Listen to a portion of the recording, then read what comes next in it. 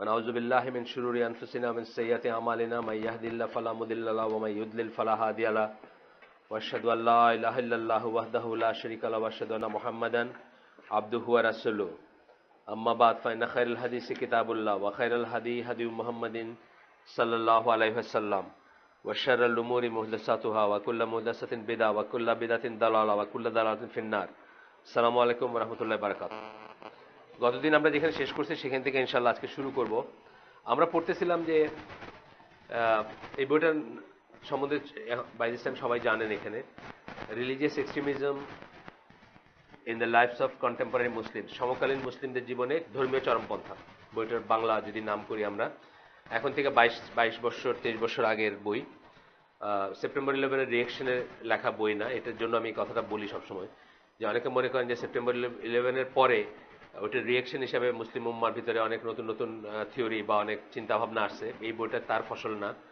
এই বইটা গুলুফিদ্দিন বা ধর্মের চরমপন্থা, এটা কোরআনের আয়াত, মানে কোরআনের ওয়ার্ড, গুলু ওয়ার্ডটা কোরআনে আছে এবং ধর্মীয় চরমপন্থার এইটা আপনার কনসেপ্টটা 1400 বছরের, ওয়ালাইকুম সালাম, আমাদের জন্য 1400-1450 বছরের পুরানো, মানে এটা নতুন কোনো জিনিস না। এবং এটা আগেও ছিল। এটা ইসলাম এটাকে ডিনাউন্স করে, ইসলাম এটাকে মানে পরিত্যাগ করতে বলে আমাদের। এবং এটা ছোট থেকে ছোট, বড় থেকে বড় অনেক জিনিসের ব্যাপারে হতে পারে।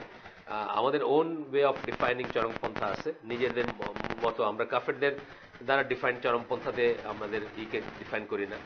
যেমন ধরেন কাফের, আমি আপনাদের উদাহরণ দিচ্ছি আগেও, যে কাফেররা মনে করবে যে হুদুদ শাস্তিগুলো বোধহয় চরম একটা ব্যাপার, একটা বর্বর জিনিস বা একটা চরমপন্থা। আমরা সেটা মনে করতে পারি না। যে শাস্তিটা আল্লাহ প্রনাউন্স করছেন ওটা আমাদের জন্য শিরোধার্য। ফর এক্সাম্পল, একটা ইসলামিক স্টেটে একটা চোরের হাত কাটবে, এটা শুনতে, দেখতে, ভাবতে যত খারাপই লাগুক, এটাই ঠিক এবং এটাই আমাদের জন্য, এটা আমাদের জন্য চরমপন্থা না। ওয়ারেজ আমি আপনাদের বলি যে একটা উদাহরণ দেই, স্কলাররা দেন যে শীতের রাতে আপনার ঘরে গরম পানি আছে, তা সত্ত্বেও আপনি ঠান্ডা পানি দিয়ে আপনি অজু করলেন, থিঙ্কিং দ্যাট এতে আমার ইখলাস বাড়লো বা আমার আমি একটু বেশি সওয়াব পাইলাম। এটাকে চরমপন্থা বলেন, মানে এটাকে গুলু বলেন, বাড়াবাড়ি বলেন বা চরমপন্থা বলেন। তাহলে চরমপন্থার আমাদের ওন সেট অফ ডেফিনেশনস আছে, ওন সেট অফ আইডিয়াজ আছে। সেটার রেসপেক্টে যেগুলো চরমপন্থা, সেগুলো নিয়ে আমরা আলাপ করছি এই বইতে। এখন আমরা 403 পৃষ্ঠে আছি, অনেকদিন ধরে চলতেছে বইটা। এটার সমস্ত লেকচারগুলোর সিরিজ ওয়াইজ আপনার আমাদের ওয়েবসাইটে আছে, বা আপনারা চাইলে এখনো জোগাড় করতে পারেন। এটা বলে না, যত হালাকা হয় এখানে সবকটাই আছে। তো এখানে গতদিন আমরা যেটা পড়তেছিলাম সেটা ছিল যে ইজতেহাদ এবং তাকলিদ, এই দুইটা কথা নিয়ে আমরা অনেক পড়াশোনা করছি। সেটা সম্বন্ধে চরমপন্থীদের যে বাড়াবাড়ি, চরমপন্থী কারা বলতে যারা এই জিনিসগুলো নিয়ে একটা এক্সট্রিম পজিশনে নিয়েছেন। পার্টিকুলারলি একটা দলের কথা আমরা এখানে করতেছিলাম, যারা এখনকার দিনের যত চরমপন্থী দল আছে, ইসলামী দল আছে পৃথিবীতে, তাদের রুটটা, মডার্ন ডেজের তাদের রুটটা খুঁজলে আপনি ওইখানে পাবেন। ইজিপশিয়ান একটা দল ছিল, সেই দলটার নাম ছিল তাকফির ওয়া হিজরা। তাদের আরেকটা নাম ছিল জামাতুল মুসলিমিন। এরা ওই মানে ইজিপ্টে যত ইসলামী তথাকথিত বিপ্লবী ধারা ছিল, সেগুলা সবাই মোরলেস আপনি কখনো না কখনো দেখবেন যে ইখওয়ানুল মুসলিমিন যারা তাদের সাথে একটা সম্পর্ক ছিল, বা সৈয়দ কুতুব এবং সৈয়দ কুতুবের অনুসারী যারা, তাদের সাথে একটা সম্পর্ক ছিল, বা তার লেখালেখির একটা প্রভাব আছে। কিন্তু নট নেসেসারলি তারা সৈয়দ কুতুব যে লাইনে ছিলেন সেই লাইনেরই এমন কোনো কথা না। যেমন ধরেন বাংলাদেশে যদি জামাত ইসলামের কথা আপনি ধরেন, একটা সিমিলার দল, সিমিলার একটা গোষ্ঠী, ইসের মতো, কি নাম, ইখওয়ানুল মুসলিমিনের মতো।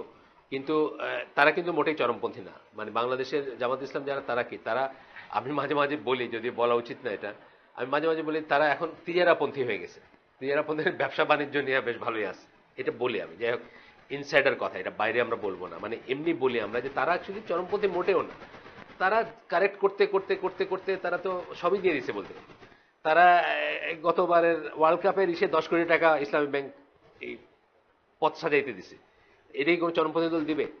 মানে এটাই কোনো, মানে যারা দিনের উপরে ওইভাবে শক্তভাবে ধরে রাখতে চায়, তারা কি 10 কোটি টাকা এই ক্রিকেট খেলার জন্য দিবে নাকি রাস্তায় ই করে? তো মোটেই চরমপন্থী না। কিন্তু তাদের দ্বারা উজ্জীবিত কোনো স্প্লিন্টার গ্রুপ থাকতে পারে যারা চরমপন্থী এখন, হইতে পারে না? মানে ধর্মটা শিখতে শুরু করছে তাদের কাছ থেকে, কিন্তু আলটিমেটলি তারা ওইখানে রয়ে গেছে, আর এরা কি চরম একটা দিকে চলে গেছে। ইজিপ্টে এই ব্যাপারটাই হয়েছে। ইজিপ্টের মানে ইখওয়ানুল মুসলিমকে সেন্টার করে ধরেন এই যে ইসলামিক জিহাদ, গামা ইসলামিয়া, এর নাম শুনছেন নাকি এগুলোর? ইসলামিক জিহাদ হচ্ছে যে কি নাম, আয়মান আল জাওহরির, আয়মান আল জাওহরির না, আমানা জহিরের আগের দল আর কি, ইসলামিক জিহাদ, মানে আগে সে যা করতো। তারপরে আরেকটা হচ্ছে গামা আল ইসলামিয়া। গামা আল ইসলামিয়া হচ্ছে ইসের আপনার ওই যে শেখ ওমর আব্দুর রহমান, অন্ধ শেখ, এখন নিউ ইয়র্কে ওই যে একটা এই টানেল উড়ানোর সাথে, আগের টানেল উড়ানোর ষড়যন্ত্রের সাথে তারই লাইফ সেন্টেন্স, উনি অন্ধ শেখ আর কি, উনি লাইফ সেন্টেন্স আসেন সে আমেরিকাতে। তো এই যে গ্রুপগুলা গামা ইসলামিয়া, ইসলামিক জিহাদ, তাকফির ওয়া হিজরা, এরা সবাই রুট যদি আপনি খুঁজেন কোনো না কোনোভাবে আপনি দেখবেন যে ইখওয়ানুল মুসলিমের সাথে তাদের ই ছিল। বিকজ ইসলাম ইখওয়ানুল মুসলিমের অনেক পুরানো একটা দল এবং অনেক আগের একটা ই। আমাদের দেশে যেমন ধরেন আমার কথাই আমি ধরি, আমি যে যে ওয়েতে ইসলামের জ্ঞান পাইছি তার ভিতরে একটা অংশ তো জামাতের কাছ থেকে আমি জ্ঞান পাইছি, জামাতের লোকদের কাছ থেকে। জামাত বলতে জামাত দল না, জামাতের লোকদের। ধরেন রসুলের নামাজ বইটা আলবানী, নাসিরুদ্দিন আলবানী, এই বইটা কারা বাইর করছে? জামাতিরা বাইর করছে। তারা ফলো করছে কিনা সেটা আরেকটা কথা, কিন্তু এই বইটা আমার কাছে আসছে কাদের মাধ্যমে? তাদের মাধ্যমে আসছে। তারপরে আল্লাহ রসুল কিভাবে নামাজ পড়তেন, হাফিজ ইবনুল কাইমের বই, এটা কাদের মাধ্যমে? তারা করছে। তারা হয়তো তাদের নিজের দলে এটা প্রিচ করে নেবেন, নিজেরাই এটা করে নাই, কিন্তু আমি তো তাদের কাছে শিখছি। তার মানে কি, আমাদের এই দেশে ইসলাম নিয়ে যত কাজকর্ম আছে সেইখানে তাদের যেটা অবদান আছে, স্পেশালি পড়াশোনার ক্ষেত্রে, একাডেমিক ডিসকাশনের ক্ষেত্রে, এটা কিন্তু অস্বীকার করার কোনো উপায় নেই। যত ভালো ভালো বইগুলো দেন, সোয়াবুল ইমান, এই বইটা কারা ট্রান্সলেট করছে? সোয়াবুল ইমানের নাম জানেন তো না? ওই বাইহাকির বই, ইমাম বাইহাকির বই, ফেইথ হ্যাজ 77 ব্রাঞ্চেস, বইটার ইংলিশ নাম। ইমানের 77টি শাখা আছে, খুব সুন্দর বই, কিন্তু every Muslim must read, should read. কিন্তু এই বইটা কারা ট্রান্সলেট করছে? ওরা করছে প্রথম। সুতরাং ওদের ওদের মাধ্যমে যে আমাদের কাছে দিন আসছে বা আমরা যে শিখছি, এটা কিন্তু অস্বীকার করার অবদান নেই। We may not agree with them. একই কথা, ইজিপ্টে ইসলামের যত কাজ, কোনো না কোনোভাবে আপনি দেখবেন যে ওইখানে মুসলিম ব্রাদারহুড যেটাকে আমরা বলি, তাদের একটা ইয়ে আছে। ইজিপ্টে শুধু না, নেবারিং দেশগুলোতেও, ধরেন তিউনিসিয়াতে আছে বা অন্য জায়গাতে আছে, ইভেন সৌদি আরবেও আছে তাদের। সৌদি আরবের একটা লাইন চেঞ্জ হয়েছে, এটা জানেন তো? এটা জানেন সৌদি আরবের লাইন চেঞ্জ হয়েছে মানে ফাহাদের সময়টার আগের সময়, ফয়সাল পর্যন্ত তারা কিন্তু ইখওয়ানের লাইনে ছিল, মানে ইখওয়ানের মুভমেন্টগুলোকে তারা সাপোর্ট করতো এবং ওই লাইনের ছিল। অ্যান্ড ফয়সালের পরের থেকে নিয়ে যে ডেভেলপমেন্টগুলো হয়েছে, এই সালাফি স্কলার যাদেরকে আমরা বলি আর কি, উসাইমিন বিন বাজ, কি বলে ওনার নাম, নাসিরুদ্দিন আলবানী, রবি আল হাদি আল মাদখালি, মানে একটা একটা বিপ্লব ঘটে গেছে সৌদি আরবে। এটা আপনি জানেন না অনেক, এটা এটা এত পড়াশোনা দরকারও না, এটা জানার দরকার আছে আমি তা বলি না, কিন্তু সৌদি আরবের রিলিজিয়াস সার্কেলে একটা বিপ্লব ঘটে গেছে।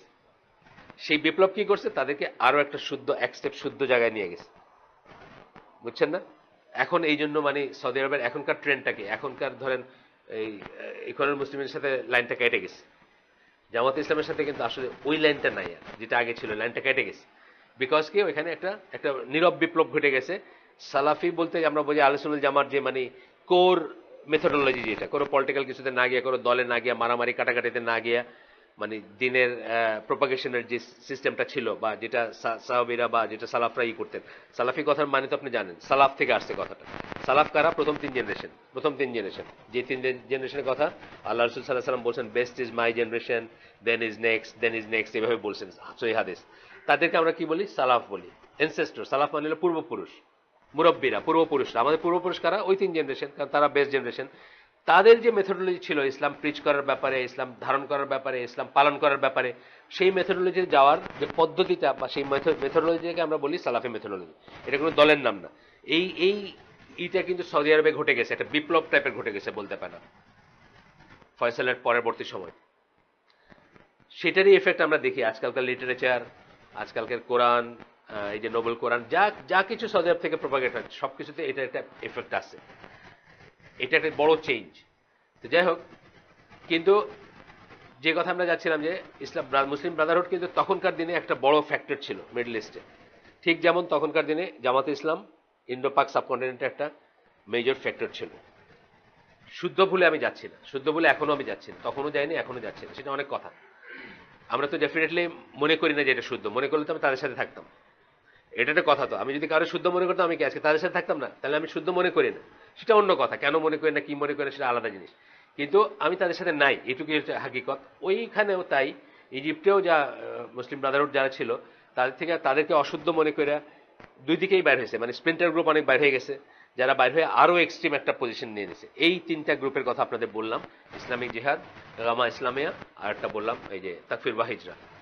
এই তাকফির ওয়া হিজরা ছিল সবচেয়ে মানে সবচেয়ে ভয়ঙ্কর আর কি। মানে ওদের কথা শুনলে অনেকের মানে চেহারা রক্তশূন্য হয়ে যেত, মানে এত ভয়ঙ্কর একটা ই ছিল আর কি। এবং তারা অলমোস্ট তাদের ছাড়া অলমোস্ট সবাইকে তারা কাফের মনে করত। মানে দেয়ার আর রিজনস মেবি চিন্তা করার, যেমন আমরা যখন কালকে মাগরিবের নামাজ কাজা করে যারা স্টেডিয়ামে ছিল, তারা তো একটা অ্যাক্ট অফ কুফর করছে, তাই না? একটা ফরজ জিনিসকে ছোট কুফর বড় কুফর এগুলো নিয়ে কথা হইতে পারে, কিন্তু কথাটা কি, তারা আল্লাহর একটা বিধানকে অমান্য করে শয়তানের একটা জিনিসকে যোগ দিছে, ব্যাপারটা তাই না? কিন্তু তাই বলে আমি তারা কাফের বলবো না। তফাৎটা এইখানে, মানে এই ফাইন লাইনটা কিন্তু সবসময় বুঝবেন। অ্যাক্ট অফ কুফর কিন্তু আমরা অনেকেই করে থাকি, বা আমরা অনেকেই অ্যাক্ট অফ কুফরের ভিতরে আছি, ছোট হোক বড় হোক, ছোট কুফর বড় কুফর, আমরা অনেকে আছি। কিন্তু ইট ইজ ওয়ান থিং আপনাকে বলা যে আপনি এই কাজটা ঠিক করলেন না, এটা কুফরের কাজ। ইট ইজ অ্যানাদার থিং আপনাকে বলা যে আপনি কাফের, এটা একদম আলাদা জিনিস। তো তাকফির বা হিজরি যেটা করতো, তারা কাফেরই মনে করতো, জ্ঞান করতো অন্যদের, এবং যখন কাফের জ্ঞান করতো তখন কি হতো, কাফের জ্ঞান করলে কিন্তু তার রক্ত হালাল, তাকে হত্যা করা যায়, আরো ইত্যাদি ইত্যাদি অনেক কিছু চলে আসতো সাথে। এই জন্যই তারা ওই ধরনের চরমপন্থী দল, এবং তাদের এখানে যখন কথা আসছে তখন তাদের কথা বারবার আসতেছে, তাদের এক্সাম্পল গুলো বারবার আসতেছে, কারণ তারা ওইরকম একটা পর্যায়ে গেছিল যে তারা ওরকম ইনফ্লুয়েন্স পৃথিবীর উপরে ছিল তাদের তখনকার। এখানে যে প্যাসেজটা গতদিন পরে আমরা শেষ করেছিলাম, ইবনে তাইমিয়ার লেখা একটা প্যাসেজ, সেই প্যাসেজটার আগের কথাটা ছিল যে তাকলিদের ইস্যু, তাকলিদ কি, অন্ধভাবে দলিল ছাড়া অন্ধভাবে কাউকে অনুসরণ করা। তাকলিদের ইস্যু হচ্ছে দুইটা প্রান্তিক অবস্থানের মাঝখানে। একটা প্রান্তিক অবস্থান হচ্ছে,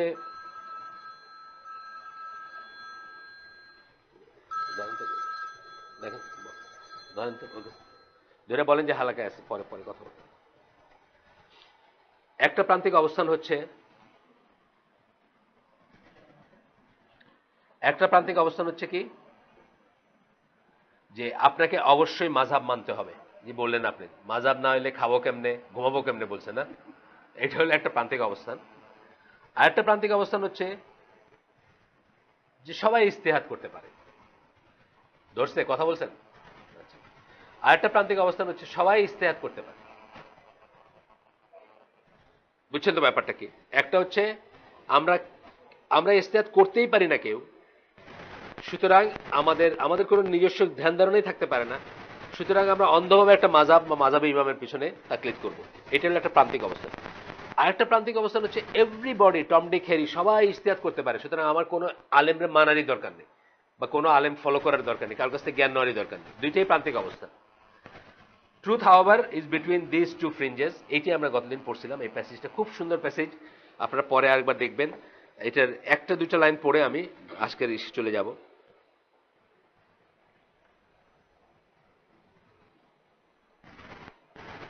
The opinion of the majority of the nation is that, ইবনে তাইমিয়া বলতেছেন, মেজরিটি স্কলারের অপিনিয়ন, এই জাতির মেজরিটি স্কলার যারা, তাদের অপিনিয়ন হচ্ছে ইজ দ্যাট ইজতিহাদ is permissible in general and তাকলিদ ইজ পারমিসিবল ইন জেনারেল।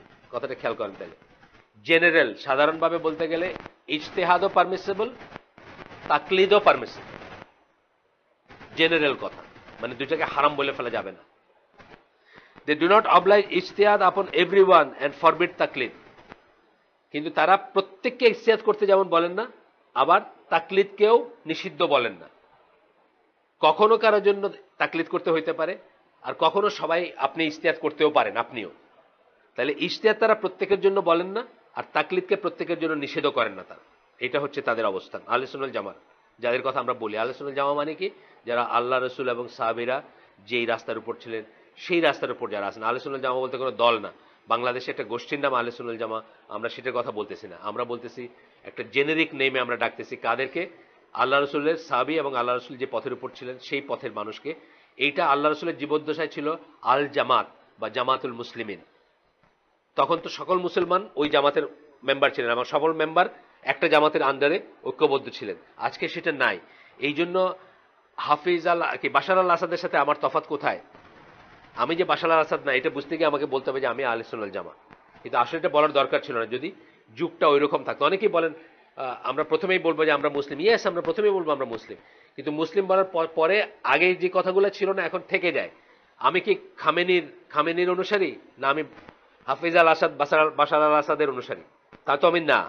তাদের সাথে আমার এমন আকীদার ডিফারেন্স যে তাদেরকে আমাকে বলতে হয় যে তারা মুসলিমই না। তাই না? এমন এই পর্যায়ে আকীদার ডিফারেন্স কি, আকীদার ডিফারেন্স জানেন তো, শিয়াদের সাথে আমাদের কি, আর বাশার আল আসাদের সাথে আমাদের কি ডিফারেন্স? বাশার আল আসাদরা হলো আলেওয়ার শিয়া। আলেওয়ার শিয়া কারা? যারা আলী রাদিয়াল্লাহু আনহুকে গড মনে করে, গড ইনকার্নেট মনে করে, সেই আলেওয়ার শিয়া হচ্ছে বাশার আল আসাদ। তাহলে বাশার আল আসাদ আর আমি রিলিজিয়নের বক্সে দুইজনের টিক দেই মুসলিম হিসাবে, বা আমেরিকানরা দুইজনকেই মুসলিম মনে করে, ওরা মুসলিম মনে করে, আমারে মনে করে, কিন্তু আমরা কি এক? সেই জন্যই আমাদের এই কথাটা ইউজ করতে হয়, আহলে সুন্নাল জামা কথাটা বারবার আসে, বারবার ঘুরে ঘুরে আসে, যে আমি বোঝাইতে চাচ্ছি যে আল্লাহ রাসূল এবং তার সাহাবীরা যেই পথের উপর ছিলেন, আমি সেই পথের উপর থাকার আইদের আসি অথবা থাকার আপ্রাণ চেষ্টা করে যাচ্ছি, বা আমার লাইফের উদ্দেশ্য এবং লক্ষ্য হবে ওই পথের উপর নিজেকে ফিরাই নিয়ে যাওয়া। এই জন্য এটা বলতেছি। কিন্তু আজকে যদি রাসূল সাল্লাল্লাহু আলাইহি ওয়াসাল্লামের সময়টা থাকতো, বা ইভেন তার পরবর্তী সময় থাকতো, আমি শুধু বলতাম আমি মুসলিম, শেষ, আর কিছু বলার দরকার ছিল না। কারণ তখন হাফিজ আল আসাদ আর বাশার আল আসাদের সৃষ্টি হয় নাই, আমার সাথে তার আকাশ পাতাল তফাৎ হয় নাই, কারণ সবাই আমরা তখন নিজেদেরকে শুধুমাত্র মুসলিম বলতাম। কিন্তু আজকে শুধু মুসলিম বললে এটা কিছু মিন করে না, বিকজ মুসলিম আমব্রেলার আন্ডারে আমি বললাম যেভাবে সবাই আমরা আছি, খামেনিও আছে, আহমেদ নিজাদ আছে, বাশার আল আসাদ আছে, আমি আছি, সৌদি বাদশাহ আছে, সবাই আছে, তাই না? দেওয়ানবাগি আছে, আটরশি আছে, আপনার রাজারবাগি আছে, সবাই মুসলিম না? সবাই মুসলিম। তাহলে আমি যদি এখন বলি যে আমি শুধু মুসলিম বললাম, এটা এনাফ না। আর আজকের দিনে এটা এনাফ না, আমাকে বলতে হবে যে আমি, মানে এই কথাটা আমি উচ্চারণ করতে চাই না, তবুও মানে বলতে হবে যে আমি মোহাম্মদ সাল্লাল্লাহু আলাইহি ওয়াসাল্লামের অনুসারী মুসলিম। আপনি বলবেন তো সবাই তো তাই না, সবাই তা না। সবাই কি তাই? সবাই তা না। মোহাম্মদ সাল্লাল্লাহু আলাইহি ওয়াসাল্লামকে বলে গেছেন যে আলী রাদিয়াল্লাহু আনহুকে ই করতে হবে, গড মানতে হবে, এটা তো বলেন নাই। তাহলে যারা তাকে গড মনে করতেছে, গড ইনকার্নেট মনে করতেছে, তারা কারা? তারা মোহাম্মদ সাল্লাল্লাহু আলাইহি ওয়াসাল্লামের অনুসারী না। তাহলে আমি খুব রভাবে বলতে পারতাম যে আমি মোহাম্মদ সাল্লাল্লাহু আলাইহি ওয়াসাল্লামের অনুসারী মুসলিম হইতে চাই। এটা হচ্ছে আসল কথা। তো এখানে বলতেছেন যে কি, দে ডু নট অব্লিগেট ইজতিহাদ আপন এভরিওয়ান এন্ড ফরবিড তাকলিদ। ইজতিহাদ যেমন সবার উপরে, আহলে সুন্নাহ জামাত স্কলাররা সবার উপরে ওয়াজিব করেন না, তেমনি সবাইকে তাকলিদে নিষিদ্ধ করেন না। তাকলিদ সবার জন্য নিষেধ না। দেয়ার ক্যান বি মানে মানে এমন মানুষ, এমন কেসেস হতে পারে, এমন মানুষ হতে পারে যখন তার জন্য তাকলিদটা ওয়াজিব বা ফরজ, তাকলিদের বাইরে সে দিন পালন করতেই পারবে না, এমন মানুষও থাকতে পারে দুনিয়ায়, বা এমন অবস্থা থাকতে পারে। কিন্তু মাযহাবের তাকলিদ একটা কথা, আর এইটা, এই তাকলিদ বলতে আমি অন্য একটা জিনিস বোঝাচ্ছি। এটা বোঝাচ্ছে যে একজন স্কলারের কাছে আপনি গিয়ে বললেন যে হুজুর আমি তো কিচ্ছু জানি না, আমি তো বাংলা পড়তে জানি না, অ্যারাবিক পড়তে জানি না, ইংলিশ পড়তে জানি না, কিছুই জানি না, আমি দুনিয়ার সম্বন্ধে কোনো খবরই রাখি না, কিন্তু আমি বুঝছি যে আমি আমার আল্লাহর দিন পালন করতে হবে, আমি কিভাবে নামাজ পড়বো আমাকে বলে দেন তো, আল্লাহ কিভাবে বলছেন নামাজ পড়তে। তখন আপনাকে সেই স্কলার বা গ্রামের মসজিদের ইমাম হোক বা যেই হোক, তার ভিসিনিটিতে যে সবচেয়ে ক্লাস সম্পন্ন আলেম, সে বলে দিল যে আপনি এইভাবে নামাজ পড়বেন। এই যে স্টপ গ্যাপ মেজারটা, এটা তো তাকলিদ আসলে। তখন সে কি করবে? ঠিক উনি যেভাবে বলছেন ওইভাবে গিয়ে নামাজটা পড়বে। এটা কিন্তু তাকলিদ, এবং এটা তার জন্য জায়েজ না শুধু, এটা তার জন্য ওয়াজিবও হইতে পারে। এইটা ছাড়া হয়তো সে নামাজই পড়তে পারবে না। কতক্ষণ পর্যন্ত? যতক্ষণ সে নিজে এর চেয়ে বেটার কোনো সলিউশন না পাবে, এর চেয়ে বেটার কোনো স্কলার না পাবে, এর চেয়ে বেটার কোনো জ্ঞান অর্জনের উৎস না পাবে। কিন্তু এইটা, এই তাকলিদ মানে কিন্তু মাযহাবী তাকলিদ না, সেটা কিন্তু আবার আরেকটা জিনিস।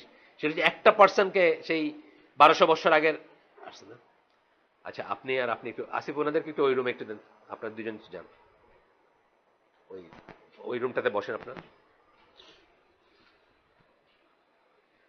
আসেন একটু করে আসেন।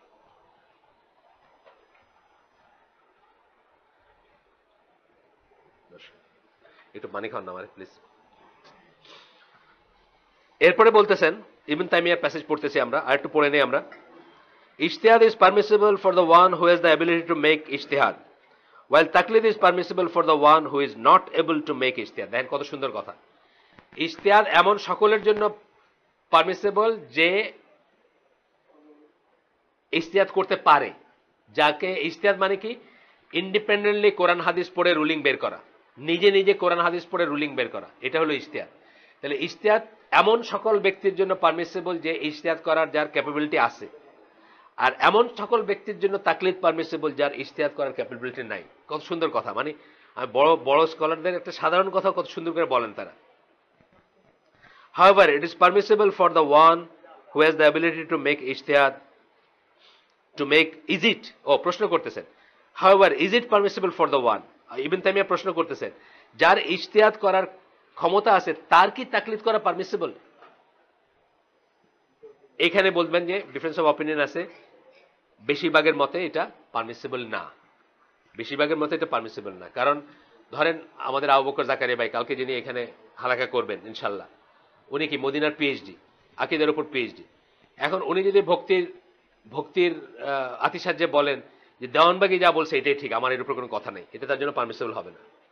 কারণ ওনার নিজস্ব ছিল দলিলগুলাকে তাহকিক করার, তাহকিক যেটাকে বলি, গবেষণা করার, সত্য মিথ্যা যাচাই করার।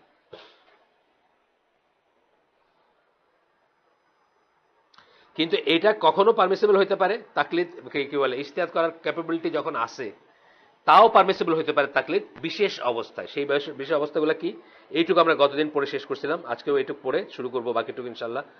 সেটা হচ্ছে যখন এভিডেন্স গুলো ইকুয়াল, দুইটা উনি নিজে দেখতেছেন যে দুইটা এভিডেন্স ইকুয়াল। আবু বকর জাকারিয়া ভাই মদিনার পিএইচডি, উনি দেখতেছেন যে উনি যে দুইটা এভিডেন্স পাচ্ছেন দুইটা ইকুয়াল। তখন উনি চিন্তা করলেন যে আমার টিচার হচ্ছে বাকার আবু জায়েদ, উনি কি বলছেন আমি এটা আপাতত ফলো করবো, কারণ আমার কাছে বাকি আমি যে নিজে যে ডিসিশনে যাচ্ছি, যে গবেষণা করতেছিলাম, আমার মনে হচ্ছে যে এইটা এবং এইটার দুইটার পক্ষে ইকুয়াল যুক্তি আছে। আমি এখন কি করবো, আচ্ছা আমার ওস্তাদ আমার চেয়ে অনেক বড় স্কলার ছিলেন, উনি যেটা করছেন আপাতত আমি এটা ফলো করি, till I can find out more আর কি। এরকম জায়গায় মানে permissible when he does not have the same time, when he does not have the time to make ijtihad। একটা সময় হতে পারে ইজতিহাদ করার কোনো সময় নাই তখন। ধরেন আপনি হজের মাঠে আপনার তখনই একটা ফিক দরকার, হজের মাঠে একটা ফিক দরকার, হজের সময়টা কতদূর, ধরেন হজের দিনটা কতদূর পর্যন্ত, সূর্যাস্ত পর্যন্ত, কিন্তু আপনার কোনো একটা ফিক দরকার যেটা সূর্যাস্তের আগেই জানা দরকার। এখন আপনার বইটা ঘাটার সময় না, আপনি বইটা নিয়েও যান নাই, আপনি ওইখান থেকে একটা মোবাইল আছে ফোন করলেন, বাকার আবু জায়েদ বাইচে আছেন, ধরেন নাই উনি মারা গেছেন রহিমাহুল্লাহ, যাই হোক থিওরিটিক্যালি বলতেছি, আবু বকর জাকারিয়া ভাই তখন ওনার ফোন করে বলেন ইয়া উস্তাদ আমি এটাতে কি করব, টাইম নাই ওনার, এটা এখানে পারমিসেবল। আর একটা পারমিসেবল কি, or when the evidences concerning the issue are not manifest to him, অথবা কোন একটা এভিডেন্স দলিলটা ম্যানিফেস্ট না, ম্যানিফেস্ট মানে এভিডেন্ট না, মানে পরিষ্কার না, বা খালি চোখে উনি দেখতেছেন না যে এখানে কোথায় এটাতে কোথায় দলিলটা আছে, মানে উনি পৌঁছেছেন একটা কিছুতে কিন্তু ওনার কাছে তাও মনে হচ্ছে যে দলিলটা স্পষ্ট না, এরকম জায়গায় এছাড়া পারমিটেড না, মানে এছাড়া আপনি অন্ধভাবে কারো করবেন সেটা পারমিটেড না। এখন আমরা যাচ্ছি ফিরে আমাদের আজকের যে এটা আমরা একটু করে করছি, একটু করে আগে আলাপ করছিলাম।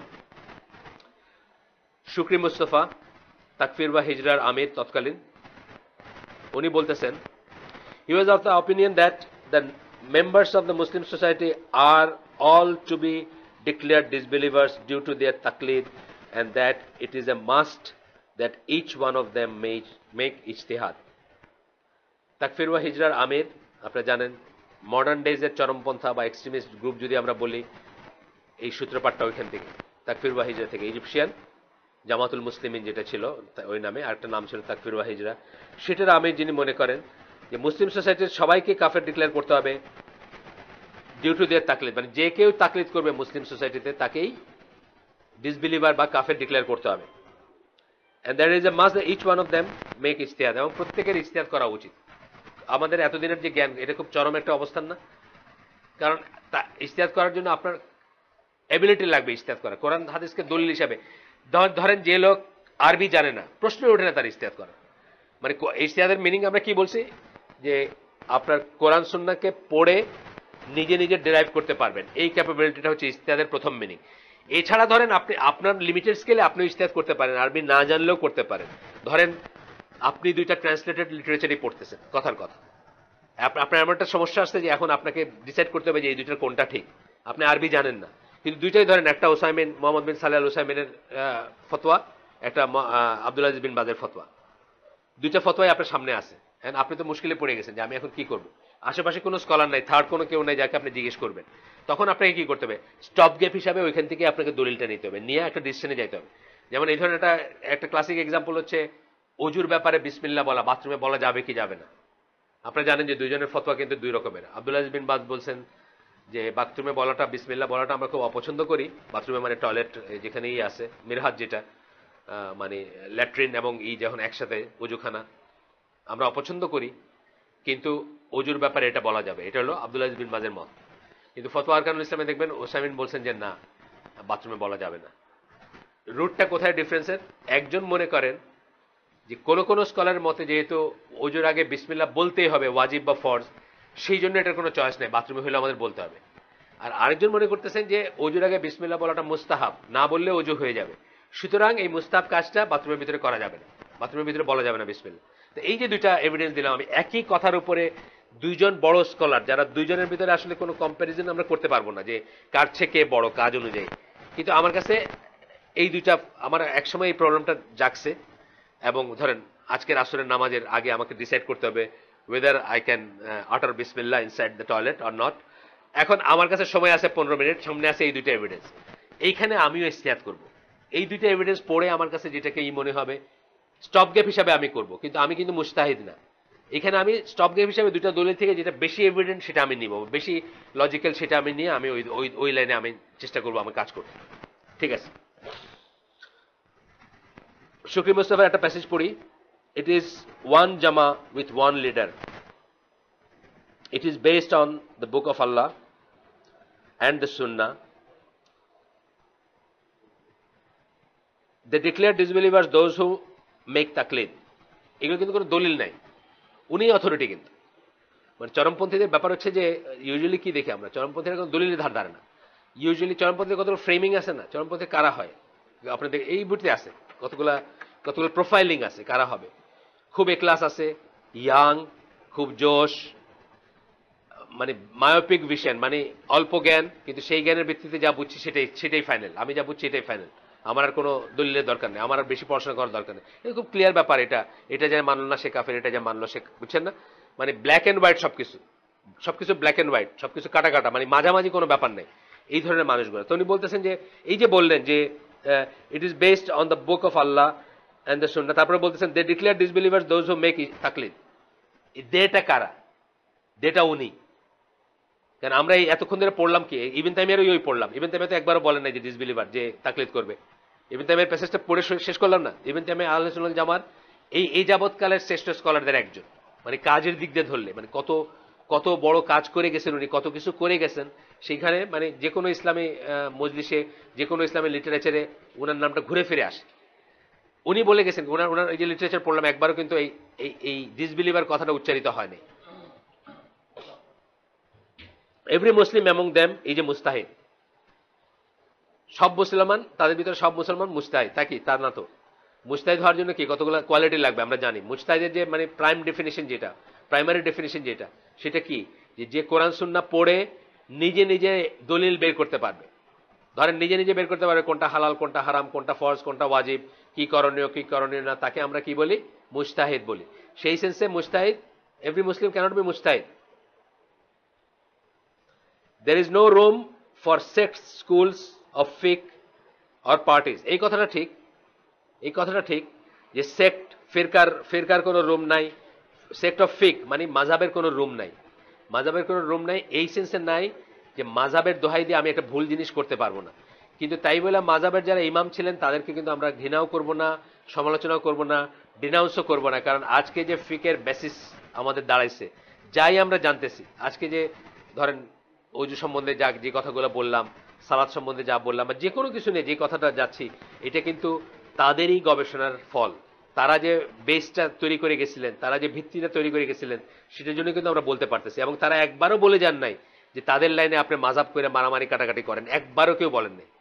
বরং ঠিক উল্টাটা বলছেন যে যখন সহিহ হাদিস আসবে সেটা স্ট্যান্ড করে, এবং আমার যে মন্তব্য বা আমার যে বক্তব্য বা আমার যে অপিনিয়ন, আমার যে ভিউ, এটা ইট গোজ, সহিহ হাদিস স্ট্যান্ড করে, এটা বলে গেছেন। প্রত্যেক চারজন যে মানে যাদেরকে অনুসরণ করে মাযহাব করা হয়, প্রত্যেকে কিন্তু এই কথাটা বলে গেছেন। কিন্তু আমরা ডগমেটিক বা মানে ফ্যানাটিক হয়ে গেছি, এবং আমরা সেটাকে মানতে পারি না বা সেটাকে করতে পারি না। দেয়ার ইজ নো, আচ্ছা গেল। তারপর বলছেন instead they are all around its leader clinging to the rope of আল্লাহ। কথাগুলো আংশিক ঠিক না। চরমপন্থী হইলে যে তাদের কথা সব ভুল হবে তা না, কথাগুলো আংশিক ঠিক না। দেওয়ানবাগের কি সব কথা কি ভুল নাকি? দেওয়ানবাগেরও কিন্তু সব কথা ভুল না, আংশিক ঠিক। আপনার অনেকক্ষণ লাগবে বুঝতে। যেমন আমি একজনের সাথে একবার বসছিলাম, অনেকক্ষণ লাগছে আমার বুঝতে যে উনি আসলে মানে একদম ফার অ্যাওয়ে ফ্রম ইসলাম। ওনার নাম হয়তো কেউ জানবেন, যে মাজার রোডে একটা বাড়ি আছে, যদি যান কখনো দেখবেন, নূহ, ঈসা, মুসা, মোহাম্মদ লেখা, দেখছেন নাকি একটা বাড়ি? দেখছেন মাজার রোডে, মিরপুর? এই বাড়িটা যার, তার নাম হচ্ছে তোয়াহা বিন হাবিব। উনি এককালে আলেম ছিলেন, মানে এককালে বাংলাদেশের আলেমরা সৌদি আরবে ওনার বাসায় থাকতেন, এই গ্রেডের মানুষ ছিলেন। কিন্তু তারপরে যে ইরানের রেভলিউশনের পরে ইরানিয়ানদের সাথে উঠা বসা কইরা এখন উনি বই লেখছেন, বই ভর্তি আবু বকর এবং ওমর রাদিয়াল্লাহু আনহুকে গালিগালাজ, মানে শিয়ারা যা বলে সেই জিনিসটাই একটা অন্য ফর্মে। শুধু তাই না, উনি আরেক স্টেপ আগায় গেছেন, উনি হলেন গার্ডিয়ান অফ হিউম্যানিটি, এখন নিজেকে পরিচয় দেন, এবং উনি অ্যাব্রাহামিক ফেইথ প্রিচ করেন এখন। এই জন্য লেখা রাখছেন নূহ, ঈসা, মুসা, বুঝছেন না, সবাই নাম লেখা রাখছেন, সবাই মিলে যে ফেইথটা অ্যাব্রাহামিক ফেইথ, ইব্রাহিম আলাইহিস সালাম থেকে যেটা আসছে, ওটা উনি প্রিচ করেন। উনি এখন গার্ডিয়ান অফ হিউম্যানিটি। টেকনিক্যালি উনাকে মুসলমান বলা খুব মুশকিল আছে, বুঝছেন না ব্যাপারটা? তো এই ধরনের ব্যাপার আর কি, যে ওনার সাথে যেদিন আমি প্রথম মিটিং এ বসি, আমি তো জানতাম না ওনার সম্বন্ধে কিছু, আমার এক দিনী ভাই নিয়ে গেছেন আমাকে ওখানে। প্রথম আধা ঘন্টা তো আমি বুঝিনি কি সুন্দর সুন্দর কথা বলতেছে উনি, যে ওনার বাচ্চাদের উনি স্কুলে পর্যন্ত পড়ায় না, উনি মাটিতে একটা মাদুরের উপরে বসে লিখতেছে আর কি, মানে ওনার বাসায় সোফা সেট নাই, উনি স্কুলে পড়ায় না। কত সুন্দর এক্সাম্পল সব। বা ওনার বাচ্চারা 5টা ল্যাঙ্গুয়েজে কথা বলতে জানে, অ্যারাবিক সহ 5টা ল্যাঙ্গুয়েজে কথা, এসব প্লাস পয়েন্ট। আধা ঘন্টা পরে আস্তে আস্তে আস্তে আস্তে উনি যখন গালি দিতে শুরু করলেন সাহাবীদের, ওমর রাদিয়াল্লাহু আনহু, আবু বকর রাদিয়াল্লাহু আনহু, আয়েশা রাদিয়াল্লাহু আনহা, মানে ইনাদের, তখন একটা বইও ধরাই দিলেন আমারে। আমি দেখলাম ফুল অফ, মানে বইটা হচ্ছে ফুল অফ শিয়া ক্রিড আর কি, শিয়াদের সমস্ত আকীদা ভর্তি। এখন এই লোকটাও তো কিছু কথা কারেক্ট বলতেছে, প্রত্যেক মানুষই কিছু কথা কারেক্ট বলে। আপনি খ্রিস্টানদের দেখবেন কিছু কথা কারেক্ট আছে না? জান্নাত জাহান্নাম কিন্তু ওরা এক ধরনের করে বিশ্বাস করে, ওরাও বিশ্বাস করে যে আল্লাহ উপরে আছেন, তার মানে কিন্তু বাকিটুক ঠিক তা না। কিছু মিল পাইলে আমরা ঝাঁপ দিব না, এটা আমরা বলি না যে আপনি কোন একটা জিনিসের সত্যাসত্য বিচার করতে সিমিলারিটিটা নেবেন না, ডিসিমিলারিটি দিয়ে আপনি সত্যাসত্য বিচার করবেন। এই হালাকে বলছি না অনেকদিন, যেমন আমরা বলছি যে কি ডিএনএ লেভেলে কলার সাথে আপনার 50% মিল আছে। একটা মানুষের ডিএনএ আর কলার ডিএনএ তে 50% জিনিস common, that doesn't make you a কলা। আবার ইসে আপনার এই যে সুমো রেসলার যারা আছে, সুমো রেসলার দেখছেন না, এরকম করে এত মোটা পেটটা এইভাবে আলগে দিতে হয়, তার সাথে ক্যাটওয়ার্কের যে মডেলরা থাকে সুপার মডেল, তাদের 99% মিল ডিএনএ লেভেলে, কিন্তু ওই 1% ডিফারেন্সের জন্য একজন সুমো আর একজন সুপার মডেল। সুতরাং আমরা মিল দিয়ে ধরবো না, মিল আমরা অনেক সময় পাবো, যে একজন মানুষ একজন চরমপন্থীর ভিতরে দেখবো হ্যাঁ কথাগুলো খুব সুন্দর, এই কথাগুলো তো ঠিক, 4টা 5টা 10টা কথা ঠিক হইতে পারে, সেই জন্য আমরা ঝাঁপ দিব না। আমরা ঝাঁপ দেওয়ার আগে বিচার করে নিব সত্যাসত্য কোন ক্রাইটেরিয়াতে, আল্লাহ রসুল সাল্লাহ সাল্লাম এবং তার সাহাবীরা কোন পথের উপর ছিলেন, আহলে সুন্নাত জামার মেথোডোলজি কি, বা তারা কি বলছেন, তারা একটা সিমিলার সিচুয়েশনে তারা কি করছেন। যেমন একটা উদাহরণ আমি দেই প্রায়, যে আজকে আমাদের দেশে অনেক দল বা মুসলিম উম্মতে অনেক দল আছে যারা বলবে যে আপনি তাদের, অথবা তাদের না হোক কারো বায়াত নেন নাই মানে আপনি ফিনিশড, আপনার আর কোনো আশা ভরসা নাই, মানে আপনি জাহিলিয়াতের মৃত্যু, আপনার বায়াত নেন নাই, কারো বায়াতের রশি নাই আপনার গলায়। এটা কিন্তু খুব কমন একটা স্বীকার করার, ফলোয়ার স্বীকার করার আর কি, ফিশিং যেটা আমরা বলি, মানে দলের লোক বেড়ানোর জন্য এটা কিন্তু খুব মক্ষম একটা অস্ত্র। আমাকে যখন প্রথম বলছে আমি তো ঘায়ল হয়ে গেছি, আমার জ্ঞান ছিল না। আমি সাথে সাথে মৌলানারে জিজ্ঞেস করছি যে এটা কি ব্যাপার, বলে না না না, এটা তো আল জামাতের জন্য প্রযোজ্য। আল জামাত মানে দি জামাত, একটা জামাত যখন থাকবে একজন আমির মুসলিম উম্মার, তার প্রতি আনুগত্য যা থাকবে না তার জাহিলিয়াতের মৃত্যু, ইয়েস। কিন্তু তা না হইলে, সেই অবস্থা যদি না থাকে, আব্দুল্লাহ ইবনে ওমরের মতো মানুষও বায়াতবিহীন এবং আনুগত্যবিহীন অবস্থায় এক যুগ কাটাইছেন। যখন আলী রাদিয়াল্লাহু আনহু এবং মুয়াবিয়া রাদিয়াল্লাহু আনহুর ভিতরে সমস্যা চলতেছিল, আব্দুল্লাহ ইবনে ওমর কারো বায়াত নেন নাই। কেন নেন নাই? উনি নিজে বাই হিজ ওন রাইট উনি একজন স্কলার ছিলেন, উনি একজন মুস্তাহিদ ছিলেন। উনি বুঝছেন যে দুইজন আমিরের ভিতরে একজনের নেওয়া যায় না, মুসলিম উম্মার আমির একজন হইতে হবে। উনি কখন বায়াত নিছেন? যখন হাসান রাদিয়াল্লাহু আনহু আলী রাদিয়াল্লাহু আনহুর মৃত্যুর পরে 6 মাসের মাথায় মুয়াবিয়া রাদিয়াল্লাহু আনহুর কাছে বায়াত নিয়ে তার হাতে খেলাফতের ক্লেম সারেন্ডার করে গোটা মুসলিম উম্মাহ আবার বিকেম ইউনাইটেড আন্ডার ওয়ান আমির এন্ড ওয়ান আমিরুল মুমিনিন মুয়াবিয়া রাদিয়াল্লাহু আনহু, তখন কিন্তু আব্দুল্লাহ ইবনে ওমর তার কাছে বায়াত নিছেন। তাহলে দেখেন ওই রকম গ্রেডের একজন সাহাবী, উনি কিন্তু ফিকটা বা জিনিসটাকে এমনভাবে বুঝছিলেন এবং কারেক্টলি বুঝছিলেন যে জন্য উনি বায়াত নেন নাই, এবং সেই জন্য আমরা কিন্তু তাকে বলতে পারি না যে তার গলায় জাহিলিয়াতের রজ্জু, তা না। কিন্তু উনি বায়াতের রুট জিনিসটা বুঝছিলেন, যে বায়াত অ্যাকচুয়ালি একজনের কাছে হইতে হবে, এবং মুসলিম উম্মার লিডার একজন হইতে হবে। দুইজন থাকলে আছে না, একটা হাদিস আছে না, যে সেকেন্ড যে ক্লেম করবে তাকে ইউ শুড কিল, একজন থাকবে। দুইজন সেকেন্ড যে গজাবে, একজন আমির থাকা অবস্থায় আরেকজন যে ক্লেম করে তাকে। তো এই জন্য বুঝতে হবে যে মানে তারা জিনিসগুলো বুঝতেন এবং তারা জিনিসগুলোকে ওইভাবে বুঝতেন, যে মানে কারেক্ট পার্সপেক্টিভে বুঝতেন। কিন্তু আজকে আমরা যাদের কথা পড়তেছি, এই যে সুকরি মুস্তফার যে প্যাসেজটা পড়লাম, এর কিছু অংশ ঠিক মনে হবে, সেই কিছু অংশের জন্য আমরা বাকি অংশের মানে তাদের ইসে ঝাঁপ দেব না। কি আর্গুমেন্টস গুলো দেন ওনাদের, এইসব কথাগুলো আমরা আগের দিনও পড়ছিলাম বোধহয়। সেকেন্ড প্যাসেজটাতে বলতেছেন উনি, বা এগুলো আমরা একটু স্কিপ করে যাই, একই কথা বারবার বলতেছেন, ওনাদের এভিডেন্স গুলো আমরা পড়ি। কি আর্গুমেন্ট দিয়ে উনি বলতেছেন যে প্রত্যেকে ইজতিহাদ করবে, তাকলিদ কেউ করবে না, এই আর্গুমেন্ট গুলো আমরা পড়ি। এক number, the words of Allah is not in need of explanation and clarification. মোক্ষম কথা না একটা? আল্লাহ কি আপনার মুখাপেক্ষে নাকি? না। শুনে মনে হবে কথাটা কারেক্ট, কিন্তু আসলে কি কথাটা কারেক্ট? আল্লাহর ওয়ার্ড মানে কোরআন কারো মুখাপেক্ষী না, কারো এক্সপ্লেনেশনের তোয়াক্কা করে না। প্রথমেই শুনলে মনে হবে কথাটা কারেক্ট, কিন্তু আসলে কথাটা কারেক্ট না। আল্লাহ নিজে বলতেছেন, তুমি যদি না বুঝো তাহলে যারা বুঝে তাদের কাছে যাও, বলছেন না? নবী পাঠানো কি দরকার ছিল? নবী পাঠানোর দ্য ভেরি রিজন রাসূল সাল্লাল্লাহু আলাইহি ওয়াসাল্লামকে পাঠানোর ছিল কোরআন এক্সপ্লেন করে দাও আপনার কাছে। সাহাবীরা কোরআনের এক্সপ্লেনেশনে ভুল করছেন, আমরা জানি না? সাহাবী ওই যে হোয়াইট থ্রেড ব্ল্যাক থ্রেডের ওইটা, ওই যে রোজা কখন থেকে আপনার করবেন, শুভ সাদিকেরই একজন সাহাবী বালিশের নিচে সুতা নিয়ে ঘুমাইতেন, এবং উনি উঠে দেখতেন যে সাদা সুতার থেকে কালো সুতাকে আলাদা করা যাচ্ছে কিনা। তো আল্লাহ রাসূল হাসে দিয়েছেন, হাসে দিয়ে বলছেন যে এটা তো অনেক বড় সুতা নিয়ে তার ঘুমাইতে হবে, মানে হরাইজনের কথা বলছেন আল্লাহ রাসূল। যেটা বোঝানো হয়েছে হরাইজনে যখন কালো হরাইজনের উপর যে হোয়াইট স্ট্রিকটা দেখা যায় প্রথম, এটাকে বলছেন শুভ সাদিক। তো এই যে সাহাবীরা তো অ্যারাবিক জানতেন, তারা তো আল্লাহ রসুলের জেনারেশনে ছিলেন, আল্লাহ রসুলের ল্যাঙ্গুয়েজে ছিলেন, তার ট্রাইবের ছিলেন, তার সময়কার, তার সাথে উঠছেন বসছেন, তারাও তো কোরআন বুঝতে ভুল করছেন না? তিনটা এক্সাম্পল, এটা একটা এক্সাম্পল দেয়, আমরা আরেকটা এক্সাম্পল দেই যে সূরা লুকমানের ওই আয়াতটা যেখানে ওই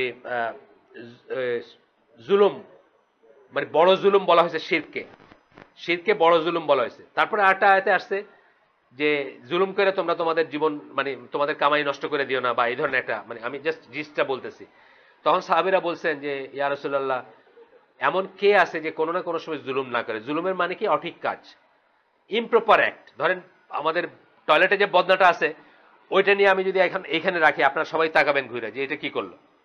ইমপ্রপার অ্যাক্ট মানে কারেক্ট পার্সপেক্টিভ এবং কারেক্ট পজিশনে একটা জিনিসকে না রাখা, এটা কিন্তু জুলুমের প্রাইমারি মিনিং, অঠিক কাজ করা। এখন সাহাবীরা ফ্রাস্ট্রেটেড হয়ে গেছেন যে ইয়া রাসূলুল্লাহ, কোনো না কোনো অঠিক কাজ মানুষ করে নাই এমন কে আছে? তাহলে কি আমরা সবাই জাহান্নামে? তাহলে কি আমাদের সমস্ত আমল বাতিল হয়ে যাবে? তখন আল্লাহ রাসূল কি বলছেন যে না, এখানে জুলুম মানে এটা না, এখানে জুলুম হচ্ছে সূরা লোকমানের 13 নম্বর আয়াত, 31 নম্বর সূরা 13 নম্বর আয়াতে যে জুলুমের কথা বলা হয়েছে, সেই জুলুমের কথা আল্লাহ বলতেছেন। অর্থাৎ শিরক করে তোমরা তোমাদের সমস্ত আমল নষ্ট করে দিও না। এইগুলার সহ মানে অজস্র প্রমাণ আছে যে কোরআন was in need of explanation. আল্লাহ এইভাবেই কোরআনকে নাজিল করছেন এবং এই জন্য রসুলকে দিচ্ছেন। না হলে ওহদ পাহাড়ের উপরে একদিন ওয়ান ফাইন মর্নিং দেখা যেত একটা বই চলে আসছে, and you go and read it and you live your life according to what you understand. এটা কিন্তু আল্লাহ করেন নাই, দিনের ব্যাপারটা তা না। রসুল পাঠানোর একটা মানে জাস্টিফিকেশনই হচ্ছে এটা যে এক্সপ্লেন না করলে আপনি আমি কিচ্ছু।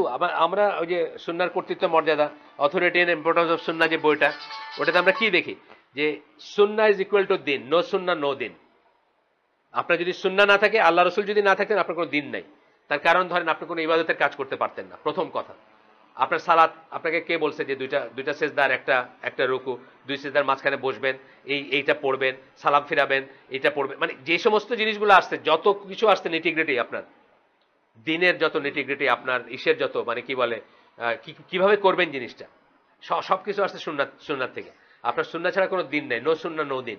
সুতরাং এই কথাটা বলা ভুল যে আল্লাহর কালাম, আমরা দেখব পরে আরো দলিল আসবে, যে আল্লাহর কালাম is not in need of explanation and clarification. শুকরি মুস্তাফার এই লাইনটাই ভুল।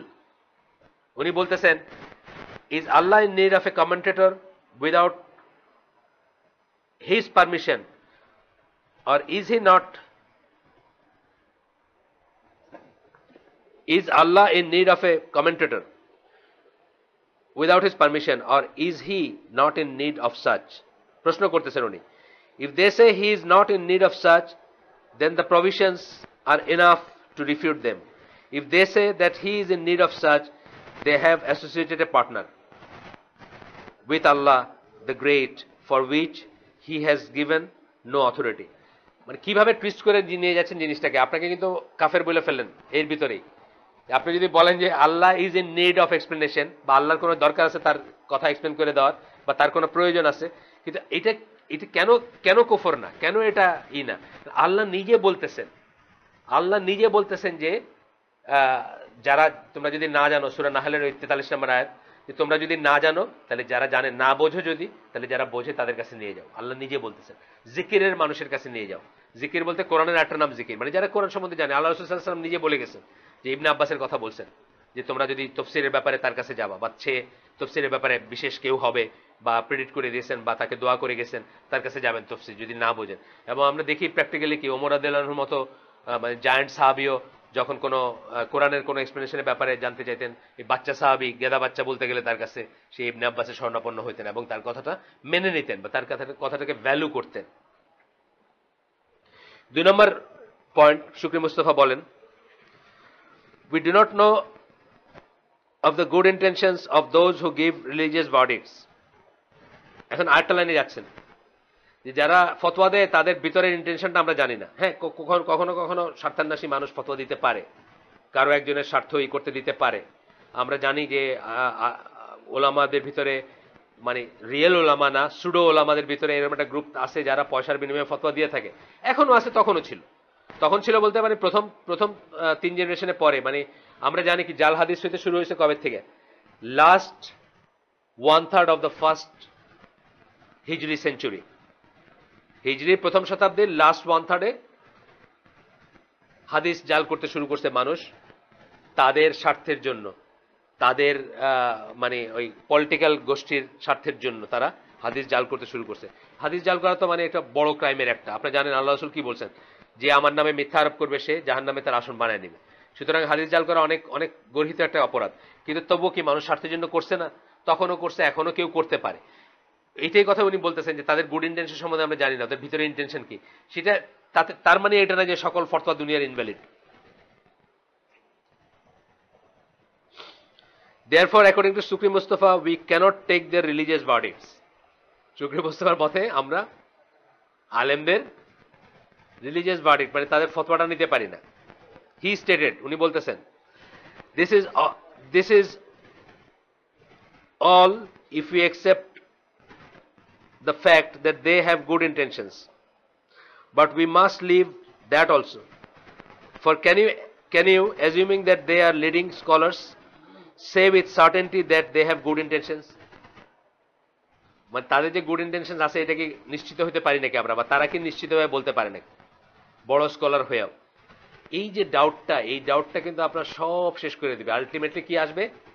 আলটিমেটলি আসবে যে আমি যেটা বুঝি এটাই দিন, আমি যেটা ঠিক মনে করি এটাই করবো। আপনার হাওয়াতে চলে আসবে। ইসলাম হচ্ছে, আগেও আপনাদের বলছি যে ইসলাম হচ্ছে কি অথরিটির দিন, অথরিটির ধর্ম। নো অথরিটি নো ইসলাম, অনেকবার বলছি। অ্যানার্কিস্ট না, কিন্তু ইসলামের অথরিটির উল্টাটা কি? অ্যানার্কিস্ট যারা, তারা অথরিটি যারা মানে না তারা কি? অ্যানার্কিস্ট। সিম্পসন কার্টুন যারা বানায়, বাপকে নিয়ে রেডিকুল করে, টিচারকে নিয়ে রেডিকুল করে, টিচারকে নিয়ে ঠাট্টা করে, বাপকে নিয়ে ঠাট্টা করে। They want to change the order of things. আর আমাদের কি? আমাদের দিন হচ্ছে অথরিটির দিন। আমরা জানি একটা মুসলিম রুলারের পজিশন কি? Next to God. আল্লাহ রাসূলের সহিহ হাদিস, সে যদি আপনার বাড়ি ঘর নিয়ে যায়, আপনার পিঠে যদি 2 ঘা লাগায়, তবুও আপনি তার কথা মেনে নেবেন এবং আল্লাহর কাছে আপনার তার অধিকার তাকে দিয়ে দিবেন, আর আপনার অধিকার যেটা পাইলেন না সেটা আল্লাহর কাছে আল্লাহর জন্য রেখে দিবেন। অর্থাৎ তার বিরোধিতা করা যাবে না। আপনার জমি নিয়ে নিছে বলে তার বিরোধিতা করা যাবে না, আপনার পিঠে 2 ঘা লাগাইছে দেখে তার বিরোধিতা করা যাবে না। অথরিটি, বাবা মার অথরিটি কি? 3টা অথরিটির কথা আমরা বলি, আল্লাহ প্রদত্ত অথরিটি, যেগুলা কি নেক্সট টু গড, যেগুলা পজিশন নেক্সট টু গড। বাবা মার একটা, বাবা মার ওই হাদিসটা আপনারা পড়ছেন না, ইসরায়েলের থেকে যে হাদিসটা আসছে, যে বাইরের থেকে দুধ নিয়ে আসতো, বাবা মাকে খাওয়াইতো, পড়ছেন না? বাবা মাকে খাওয়াইতো এবং একদিন এসে দেখছে বাবা মা ঘুমায় গেছে, বাচ্চারা কাঁদতেছে, খিদা লাগছে, সারা রাত জেগে দাঁড়ায় থাকছে, বাবা মার ঘুম ভাঙা পর্যন্ত বাবা মাকে দুধ দিয়ে তারপরে সে তার বাচ্চাদেরকে দিছে। এবং এটা আল্লাহর কাছে অ্যাকসেপ্টেড সৎ কাজ। পড়ছেন না পরের দিন? মানে পরে যখন বলছে যে যার যার অ্যাকসেপ্টেড সৎ কাজ বলবে আর পাথরটা সরে যাবে, এইটা হাদিসটা তো এই সংক্রান্ত, জানেন তো? যে একদিন একটা গুহার মুখটা ঢেকে গেছিল, গুহার মুখটা ঢেকে গেছিল এসে পাথর দিয়ে। তো তখন বলছিল যে আমাদের অ্যাকসেপ্টেড সৎ কাজ যদি আল্লাহর কাছে কিছু থাকে, ভালো কাজ, সেটার ওসিলায় আমরা আল্লাহর কাছে চাবো যে আল্লাহ যেন পাথরটা সরায় দেন। তখন একজনের ওসিলা ছিল এই সৎ কাজটা। তার মানে কি? বাবা মার কি স্ট্যাটাস? যে বউ ক্যান ওয়েট, বাচ্চা ক্যান ওয়েট, বাচ্চা ক্ষুধার্ত ক্যান ওয়েট, বাচ্চা কাঁদতেছে ক্যান ওয়েট, কিন্তু বাবা মার জন্য সেই করতেছে। তাহলে এই বাবা মার অথরিটিটা কিন্তু ইসলামে সুপ্রিম একটা অথরিটি, যেই জন্য মানে খুব ভ্যালিড রিজন ছাড়া বাবা মার অসন্তুষ্টি সমান কিন্তু জাহান্নাম। আরেকটা অথরিটি কি বলি, হাজব্যান্ডের অথরিটি ওভার ওয়াইফ, এটা একটা অথরিটি আল্লাহ প্রদত্ত নেক্সট টু গড। উদাহরণ, ওয়াইফে হাজব্যান্ডের পারমিশন ছাড়া ওয়াইফ কাউকে ঘরে ঢুকতে দিতে পারেন না, এবং হাজব্যান্ডের পারমিশন ছাড়া উনি ঘরের বাইরে যাইতে পারেন না। কি সাংঘাতিক অথরিটি রিলিজিয়ান হচ্ছে ইসলাম। ওয়ারেজ আপনি এখানে যেগুলো বলতেছেন, আপনি আসলে কোনো অথরিটি মানেন না, আপনি নিজে যা বুঝবেন সেই অনুযায়ী আপনি দিন পালন করবেন। এই কথাগুলোর সামারি হচ্ছে এটা। যখন উনি বলতেছেন যে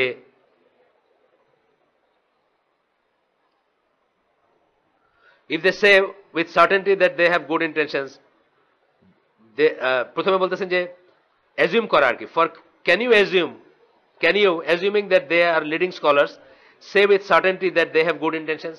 আপনাকে জিজ্ঞেস করতেছে, আপনি কি বলতে পারেন যে আলবানির গুড ইন্টেনশন ছিল? আপনি কি বলতে পারেন বিন বাজ বা ওসাইমেনের গুড ইন্টেনশন ছিল? এটা শেষ কোথায়? আনলেস আপনি খালি আপনারটাই মানবেন, আর কারো গুড ইন্টেনশন সম্বন্ধে, তাই না? ইভেন নিজেরটা নিয়ে আপনি শিওর না। মানুষ তো, মানুষের সেলফ আইডেন্টিটি নাই কিন্তু, এটা জানেন তো? এটা জানেন? একটা ইকুয়েশন বলে দিই আপনাদের, মানে এটা আমার ইকুয়েশন না, এটা হচ্ছে সাইকোলজির যারা মানে কি বলবো গুরু তাদের। God is to self identity, গডকে ডিফাইন করতেছেন না, বলছে একমাত্র আল্লাহ তার নিজেকে চিনেন।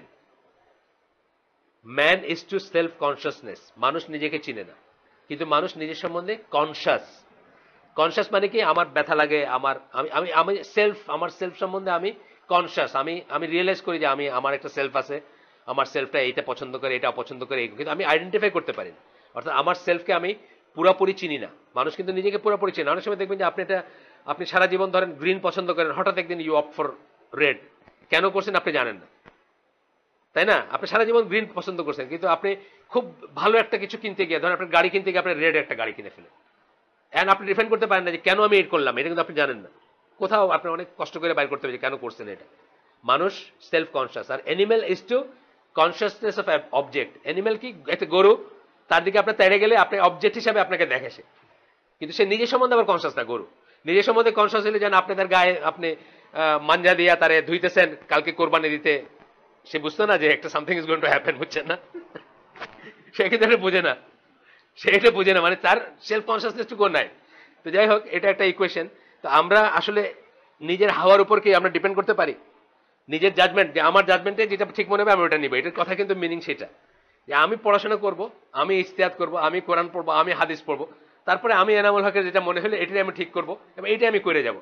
My wife will do something, I will do something. এটা দেখা গেছে যে ঢাকা শহরে আপনার ওই যে যারা একদিনে ঈদ করা নিয়ে ফিতনা তৈরি করছে, বহু ফ্যামিলি আমরা চিনি, ওয়াইফ একদিন করতেছে, হাজব্যান্ড একদিন করতেছে, ওয়াইফ ফোন করছে, হাজব্যান্ড ফোন করছে, দুইজন দুই ফোনে, কি ব্যাপার এনাম ভাই, এটা কেমন, এটা এরকম এরকম। আচ্ছা, ওয়াইফ কনভিন্স যে ঈদ উম্মার সাথে একদিনে করতে, মানে ঈদের সাথে একদিনে করতে হবে দেশের সাথে, আরেকজন কনভিন্স যে আমি সৌদি আরবের সাথে করতে হবে, বাস দুইজন একই বাসায়, 2 দিন সিমাই, 2 দিন হালুয়া চলতেছে, বুঝছেন না? 2 দিন ঈদ চলতেছে। এটা হবে যখন আপনি নিজের উপরে মনে করবেন যে আমি এটা বুঝি, এটাই ঠিক, ওইটা অনুযায়ী আমি কাজ করব। Shukri Mustafa, next point.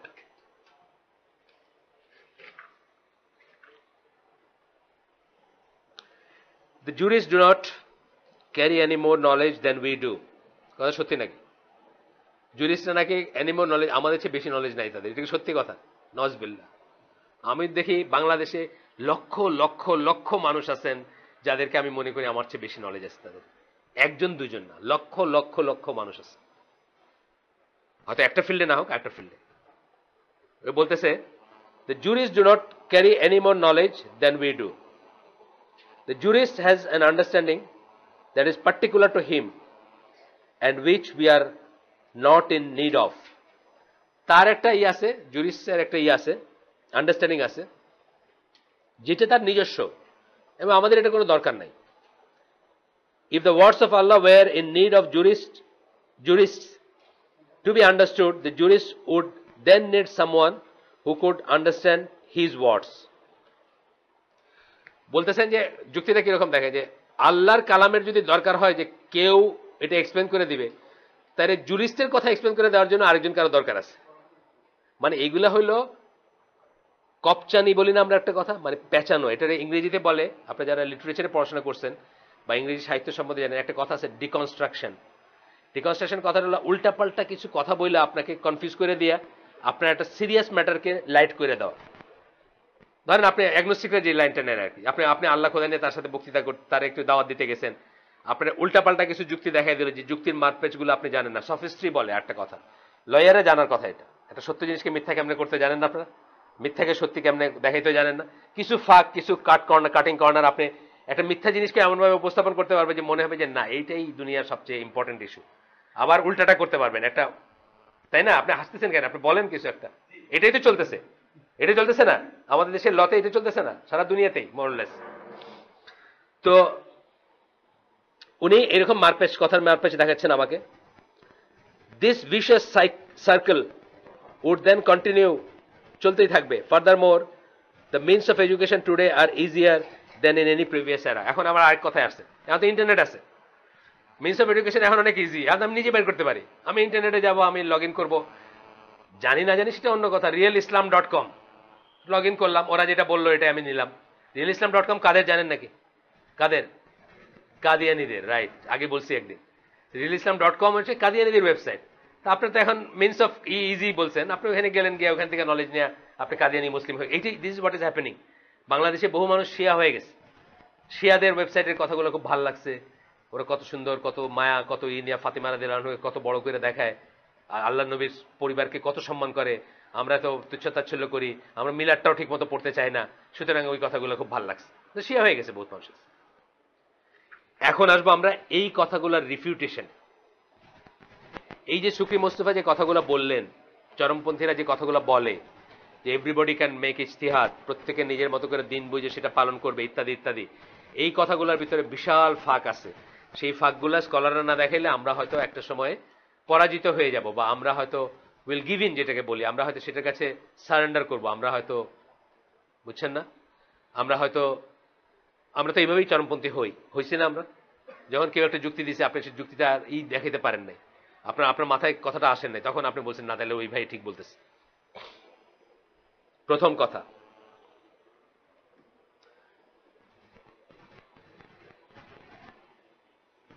the generality of the verses they use, যে ভার্সগুলো ইউজ করছে তারা, কি ভার্স ইউজ করছে একটু আগে, আমরা সেই ভার্সগুলো আজকে আর পড়ি নাই, যে যে আয়াতগুলা দিয়ে তারা করেন আপনাকে বলেন,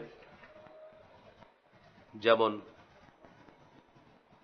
আমরা পড়ি নাই এখানে, ইচ্ছে করে আমি স্কিপ করে গেছি, আবার আসবে দেখে। সূরা নিসার 82 নম্বর আয়াত, আল্লাহ বলতেছেন, do they not consider the Quran with care, তারা কি কোরআনটাকে বিবেচনা করে না, দেখে না, চিন্তা করে না, কন্টেমপ্লেট করে না?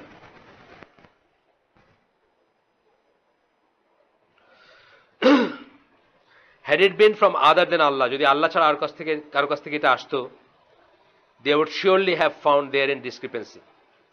এই আয়াতটাকে তারা একটা দলিল হিসাবেই করেন যে সবাই তো কোরআন নিয়ে চিন্তা করলে বুঝবেন। সবাই কোরআন নিয়ে চিন্তা করলে কি সবকিছু বুঝবেন, এটা কিন্তু আল্লাহ বলেন নাই।